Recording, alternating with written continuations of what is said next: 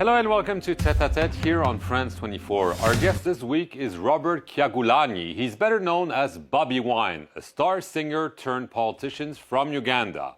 After spending nearly 2 months in hiding after a contested presidential election, which he describes as tainted in order to allow the re-election of Yoweri Museveni for a 7th term, Bobi Wine has resurfaced a few days ago in Washington, where he joins us from. Thank you very much for being with us. Thank you for having me, Mark, and good morning or good afternoon or good evening.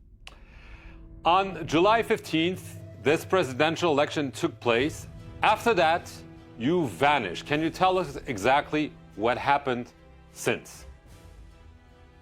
Well, to be exact, I escaped from my home on the 16th of January, just one day after the election, following a raid on my house. I had earlier got information that there was a plan to harm me, and indeed when the military raided my house on the orders of General Muhoozi Kainerugaba, the son of Museveni and the head of our military, I made my way out of my house, and I was in hiding for almost 2 months, following not private but public orders for my execution. Eventually, I was able to escape my country and resurfaced in Washington. But in between, my home was raided again and run over.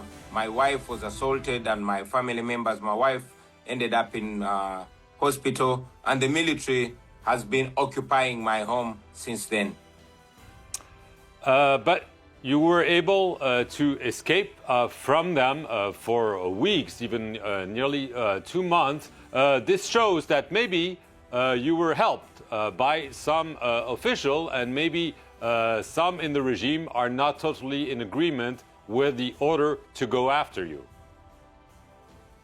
Sure. Most importantly, the people of Uganda shielded me everywhere I go. The common people risked their lives and families to house me, to feed me, and to clothe me, and to accommodate me. But most importantly, I had assistance from security people that I will not mention from within the regime, who are not in agreement with the way our country is being run. Most importantly, the way our military is being run by the son of the current president. So I was assisted, and I was able to escape the country through one of the big countries that I will not mention. You've been arrested before. I mean, you've been in trouble, if I may use the expression, with the regime before. Why did you feel that this time you needed to flee? I mean, do you think they were after you, not only to capture you, but also possibly to kill you? Yes, I've been arrested before, I've been tortured before, but this time it was explicit. In the past, the people that were in charge of the military, yes, they were brutal, as arrogant and as murderous as General Museveni's son. This time, the person who is in charge is known for brutality. He tortures people for fun and kills people for fun. He himself confessed to killing 24 of my friends, and he said publicly that he was looking for me to make sure I am the 25th dead body. He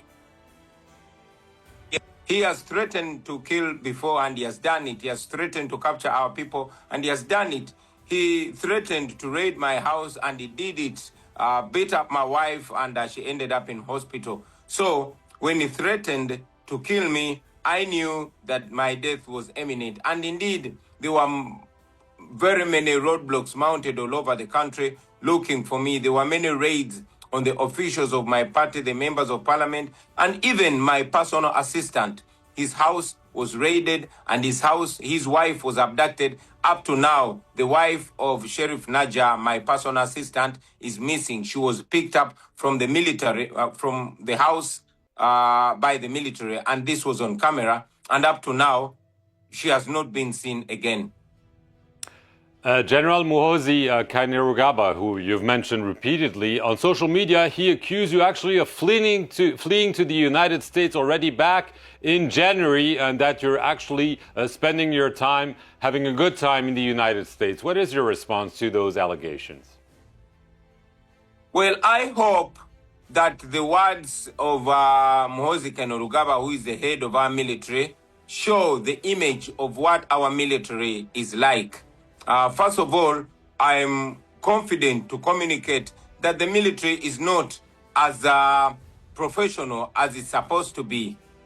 He said that I was 1 minute on January 30th. He said I was in America, but then he was looking for me. He raided my house later, and he has been raiding people. The things that he does and the things that he says, that is supposed to communicate to the world what our military is like in Uganda. He's also accused the United States of helping you get out of Uganda. Is that true? Did the U.S. help you get out? And does this explain why you are now in Washington? I will not name the people that helped me get out of Uganda. But the most important thing is that I am out of Uganda. But the same person has accused many countries. He has threatened to capture Kenya. He has he has threatened to capture Sudan, and he has actually come out to proudly boast for murdering people in South Sudan. So this is a person that will attack anybody at leisure. Do you feel still under threat, even far away from Uganda? I mean, do you think there are threats on your life, or because you're across the Atlantic, you are protected? I am still under threat. I am aware that I'm being followed. And, in Uganda, history shows that many dissidents have left the country and have been followed and hurt, harmed, or even killed from very far away from home. I am still under threat.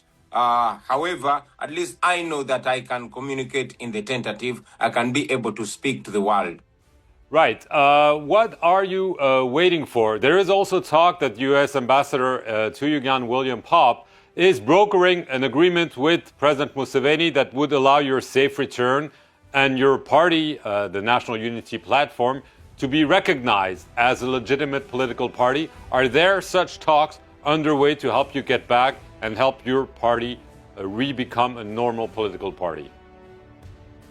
First and foremost, we don't need any negotiation for our political party to be recognized. The law is not to be negotiated. The law is the law, and according to the law in Uganda and internationally, we are a legitimate political party.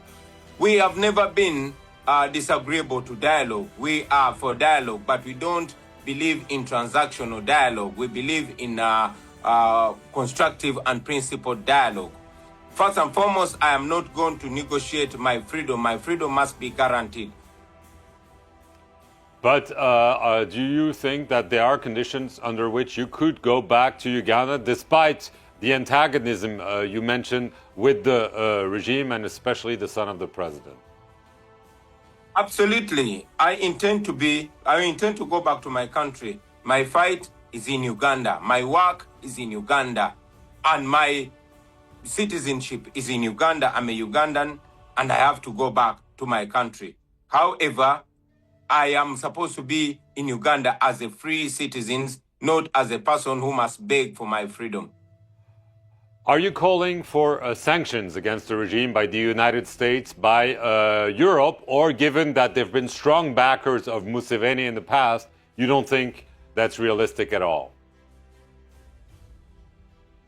Clearly, I am calling for sanctions, not only from the United States or Europe, but all believers in democracy, all believers in human rights, and all believers in the rule of law. These are values that bring us together as citizens of the world, as the international community.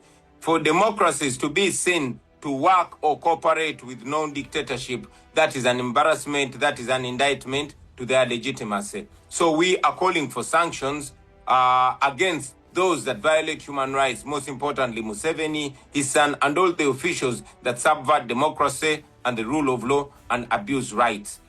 I know that Uganda depend so much on foreign aid. And we have constantly been saying that that aid should be tied to values, should be tied to democracy. It should be conditioned to democracy, the rule of law, and respect for human rights. As a conclusion, Bobby Wine, do you still want to be president of Uganda, or have those past experiences, especially this last one, indicated you that it's maybe not something you want to pursue? Well, I have been elected president of Uganda twice. I've been elected president of Uganda twice. However, what is important to me is not me as an individual to be president. It's not about me. It is about freedom for our country. It's about the restoration of democracy for Uganda. It's about the respect of the rule of law and ensuring that all Ugandans enjoy their human rights and live in their country as full humans, whether I'm president or not. So I've said it again, and I say it right here on France 24, that it is not about me, but about ourselves. There is a whole generation of talented and qualified young people, and we must pave a way for that generation that must live not in dictatorship, but in absolute democracy. That is our wish, that is our fight, and that is our mission. Bobby Wine, I want to thank you very much for being our guest here on France 24, and thank you all for watching this edition of Tete a Tete. Webale kulaba KKTV Uganda. The inspiration and the best broadcasting around town. KKTV. The global experience. The might. The power. And all you need with KKTV. We are your broadcasting experience.